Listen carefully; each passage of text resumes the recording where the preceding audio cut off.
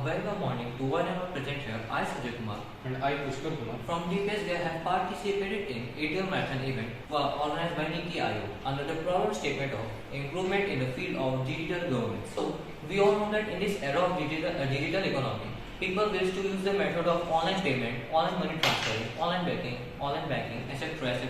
And these all things have many advantages also. Like they are time saving, plus they are very accurate. But besides all these things, there are many disadvantages also.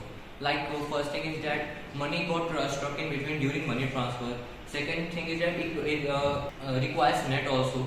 Third thing is that it in India because many people don't know how to use these all things. So for all this thing we have started this wireless mobile payment system which will work which is based on the Node MCU. So as you can see here the graph, the most of the highest number of the cyber crimes happen in Telangana. This is due to because they have no awareness how to use the methods of online payment.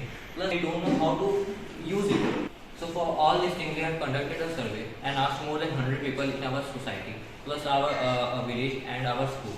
So we have asked Mr. Sanjeev, a teacher in our school, that do you use digital payment? So he answered positively that he uses digital payment whenever he needs it. And the same question was asked by headman of village of Dugal named Raj Kumar Yadav. Yes, he told that he uses digital payment at some extent because of these following reasons. Like he thought that it is not safe at all.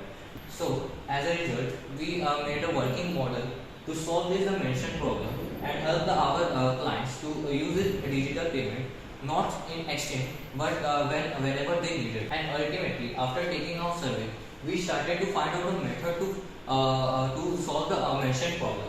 And we started to search on a project like it must be user interface. That means every user can access it. The next part was explained by me. And these all are the components which are used in our project, that is jumper wires, male to female or female to male, RFID tag and Node MCU. And this is actually the workflow of our project, that is it is Node MCU version 1.0 and this is RFID reader RC522 and it is power supply 5 volt which will give power to both the components. And this is actually the database through which we can link the Node MCU. Actually, we have created a web page also from where the user can scan their card and check the balance data present in it. And after that, if he wishes to use that particular amount in some fields like on bus stand, movie hall, then he can use it from there.